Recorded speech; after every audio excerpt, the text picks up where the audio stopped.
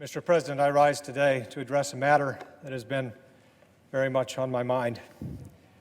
At a moment when it seems that our democracy is more defined by our discord and our dysfunction than by our own values and principles.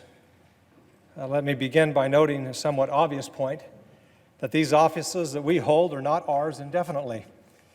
We're not here simply to mark time. Sustained incumbency is certainly not the point of seeking office, and there are times when we must risk our careers in favor of our principles. Now is such a time. It must also be said that I rise today with no small measure of regret. Regret because of the state of our disunion. Regret because of the disrepair and destructiveness of our politics. Regret because of the indecency of our discourse. Regret because of the coarseness of our leadership. Regret for the compromise of our moral authority. And by our, I mean all of our, complicity in this alarming and dangerous state of affairs. It is time for our complicity and our accommodation of the unacceptable to end. In this century, a new phrase has entered the language to describe the accommodation of a new and undesirable order, that phrase being the new normal. But we must never adjust to the present coarseness of our national dialogue with the tone set at the top. We must never regard as normal the regular and casual undermining of our democratic norms and ideals. We must never meekly accept the daily sundering of our country. The personal attacks, the threats against principles, freedoms and institution, the flagrant disregard for truth and decency, the reckless provocations, most often for the pettiest and most personal reasons having nothing whatsoever to do with the fortunes of the people that we have been elected to serve. None of these appalling features of our current politics should ever be regarded as normal. We must never allow ourselves to lapse into thinking that that is just the way things are now. If we simply become inured to this condition, thinking that it is just politics as usual, then heaven help us.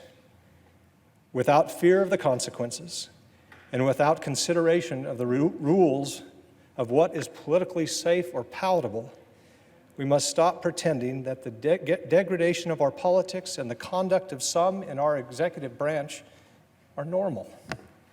They are not normal. Reckless, outrageous, and undignified behavior has become excused and countenanced as telling it like it is, when it is actually just reckless, outrageous, and undignified. And when such behavior emanates from the top of our government, it is something else. It is dangerous to a democracy. Such behavior does not project strength, because our strength comes from our values. It instead projects a corruption of the spirit and weakness. It is often said that children are watching.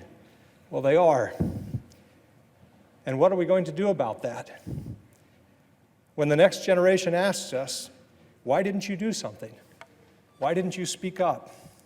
What are we going to say?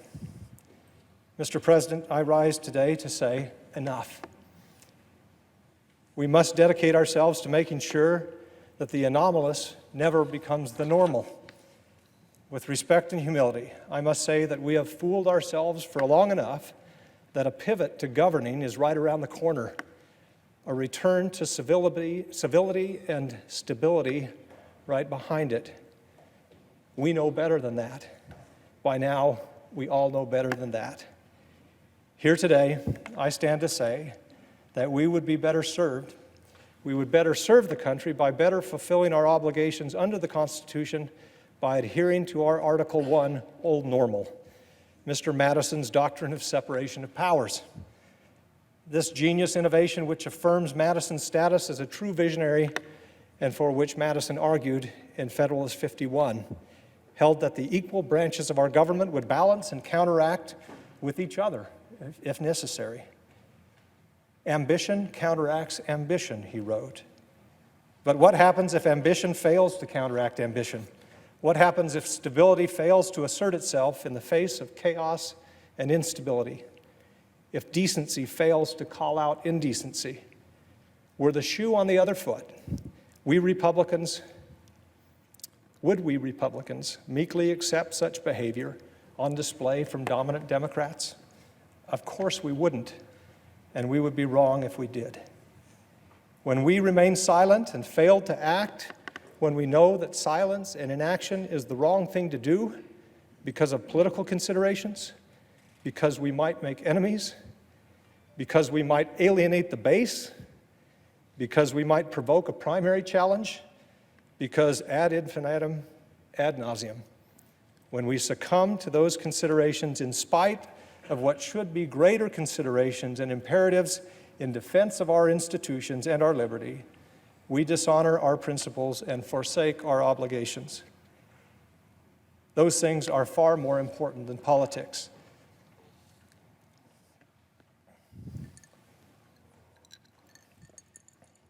Now, I'm aware that more politically savvy people than I will caution against such talk.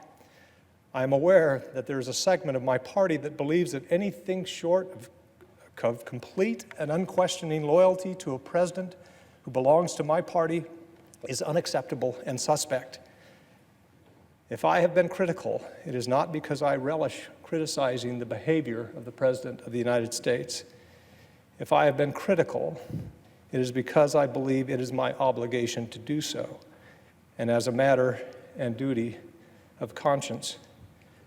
The notion that one should stay silent and as the norms and values that keep America strong are undermined, and as the alliances and agreements that ensure the stability of the entire world are routinely threatened by the level of thought that goes into 140 characters. The notion that we should say or do nothing in the face of such mercurial behavior is ahistoric, and I believe profoundly misguided. A Republican president named Roosevelt had this to say about the president and a citizen's relationship to the office. Quote, "The president is merely the most important among a large number of public servants. He should be supported or opposed exactly to the degree which is warranted by his good conduct or bad conduct, his efficiency or inefficiency in rendering loyal, able, and disinterested service to the nation as a whole." He continued, "Therefore, it is absolutely necessary that there should be a full liberty to tell the truth about his acts. And this means that it is exactly as necessary to blame him when he does wrong as to praise him when he does right. Any other attitude in an American citizen is both base and servile." President Roosevelt continued, "To announce that there must be no criticism of the president, or that we are to stand by a president, right or wrong, is not only unpatriotic and servile, but is morally treasonable to the American public." Unquote. Acting on conscience and principle is the manner in which we express our moral selves, and as such, loyalty to conscience and principle should supersede loyalty to any man or party. We can all be forgiven for failing in that measure from time to time. I certainly put myself at the top of the list of those who fall short in this regard. I am holier than none. But too often we rush to salvage principle, not to salvage principle, but to forgive and excuse our failures so that we might accommodate them and go right on failing, until the accommodation itself becomes our principle. In that way, and over time, we can justify almost any behavior and sacrifice any principle. I'm afraid that this is where we now find ourselves. When a leader correctly identifies real hurt and insecurity in our country and instead of addressing it goes to look for someone to blame, there is perhaps nothing more devastating to a pluralistic society. Leadership knows that most often a good place to start in assigning blame is to look somewhat closer to home. Leadership knows where the buck stops. Humility helps. Character counts. Leadership does not knowingly encourage or feed ugly or debased appetites in us. Leadership lives by the American creed, e pluribus unum. from many one. American leadership looks to the world and, just as Lincoln did, sees the family of man. Humanity is not a zero-sum game. When we have been at our most prosperous, we have been at our most principled. And when we do well, the rest of the world does well. These articles of civic faith have been critical to the American identity for as long as we have been alive. They are our birthright and our obligation. We must guard them jealously and pass them on for as long as the calendar has days. To betray them or to be unserious in their defense is a betrayal of the fundamental obligations of American leadership, and to behave as if they don't matter is simply not who we are. Now, the efficacy of American leadership around the globe has come into question. When the United States emerged from World War II, we contributed about half of the world's economic activity. It would have been easy to secure our dominance, keeping those countries who had been defeated or greatly weakened during the war in their place. We didn't do that. It would have been easy to focus inward. We resisted those impulses. Instead, we financed reconstruction of shattered countries and created international organizations and institutions that have helped provide security and foster prosperity around the world for more than 70 years. Now it seems that we, the architects of this visionary, rules-based world order that has brought so much freedom and prosperity, are the ones most eager to abandon it. The implications of this abandonment are profound, and the beneficiaries of this rather radical departure in the American approach to the world are the ideological enemies of our values. Despotism loves a vacuum, and our allies are now looking elsewhere for leadership. Why are they doing this? None of this is normal. And what do we, as United States senators, have to say about it? The principles that underlie our politics, the values of our founding, are too vital to our identity and to our survival to allow them to be compromised by the requirements of politics. Because politics can make us silent when we should speak, and silence can equal complicity. I have children and grandchildren to answer to, and so, Mr. President, I will not be complicit or silent. I've decided that I would be better able to represent the people of Arizona and to better serve my country and my conscience by freeing myself of the political consideration that consumed far too much bandwidth and would cause me to compromise far too many principles. To that end, I am announcing today that my service in the Senate will conclude at the end of my term in early January 2019. It is clear at this moment that a traditional conservative who believes in limited government and free markets, who is devoted to free trade, who is pro-immigration, has a narrower and narrower path to nomination in the Republican Party, the party that has so long defined itself by its belief in those things. It is also clear to me for the moment that we have given in or given up on the core principles in favor of a more viscerally satisfying anger and resentment. To be clear, the anger and resentment that the people feel at the royal mess that we've created are justified. But anger and resentment are not a governing philosophy. There is an undeniable potency to a populist appeal by mischaracterizing or misunderstanding our problems and giving in to the impulse to scapegoat and belittle. The impulse to scapegoat and belittle threatens to turn us into a fearful, backward-looking people. In the case of the Republican Party, those things also threaten to turn us into a fearful, backward-looking minority party.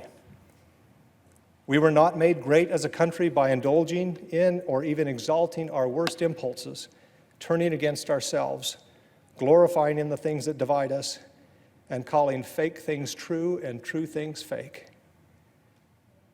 And we did not become the beacon of freedom in the darkest corners of the world by flouting our institutions and failing to understand just how hard-won and vulnerable they are. This spell will eventually break. That is my belief. We will return to ourselves once more, and I say the sooner the better. Because we have a healthy government, we must also have healthy and functioning parties. We must respect each other again in an atmosphere of shared facts and shared values, comity and good faith. We must argue our positions fervently and never be afraid to compromise. We must assume the best of our fellow man and always look for the good. Until that day comes, we must be unafraid to stand up and speak out as if our country depends on it, because it does. I plan to spend the remaining 14 months of my Senate term doing just that. Mr. President, the graveyard is full of indispensable men and women. None of us here is indispensable. Nor were even the great figures of history who toiled at these very desks in this very chamber to shape the country that we have inherited. What is indispensable are the values that they consecrated in Philadelphia and in this place. Values which have endured and will endure for so long as men and women wish to remain free. What is indispensable is what we do here in defense of those values. A political career does not mean much if we are complicit in undermining these values. I thank my colleagues for indulging me here today. I will close by borrowing the words of President Lincoln, who knew more about healthy enmity and preserving our founding values than any other American who has ever lived. His words from his first inaugural were a prayer in his time and are now no less in ours. We are not enemies, but friends. We must not be enemies. Though passion may have strained, it must not break the bonds of our affection. The mystic chords of memory will swell when again touched, as surely as they will be by the better angels of our nature. Thank you, Mr. President. I yield the floor. Hey there, thanks for checking out CNBC on YouTube. Be sure to subscribe to stay up to date on all of the day's biggest stories. You can also click on any of the videos around me to watch the latest from CNBC. Thanks for watching.